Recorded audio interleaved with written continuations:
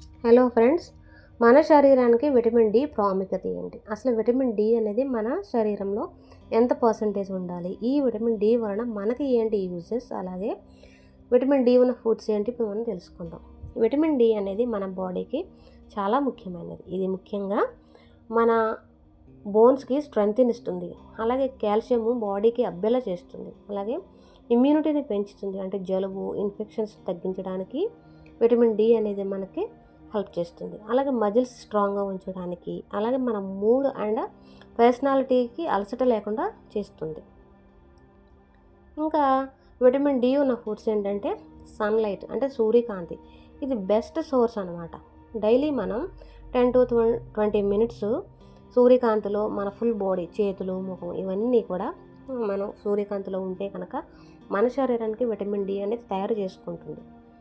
అలాగే ఫుడ్స్ ఏంటంటే ఫిష్, వీటిలో సాల్మన్, సార్డిన్, ట్యూనా, వీటిలో విటమిన్ డి ఎక్కువ ఉంటుంది.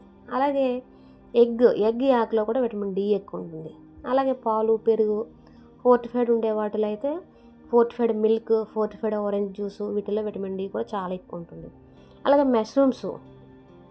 మష్రూమ్స్లో ప్రత్యేకంగా సన్లైట్లో పెరిగినవి అయితే కనుక చాలా బెస్ట్. వీటిలో విటమిన్ డి అనేది చాలా ఎక్కువ ఉంటుంది.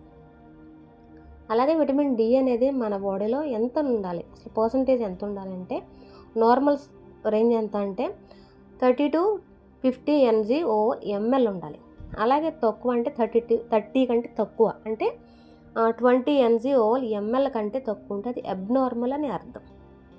అలాగే డైలీ మనం సూర్యకాంతిలో కాసేపు గడిపితే మన బాడీకి చాలా మంచిది. అలాగే వారంలో 2-3 సార్లు ఎగ్స్, చేపలు తినడం అనేది చాలా మంచిది. అలాగే పాలు, ఫోర్టిఫైడ్ మిల్క్ తాగడం కూడా చాలా మంచిది.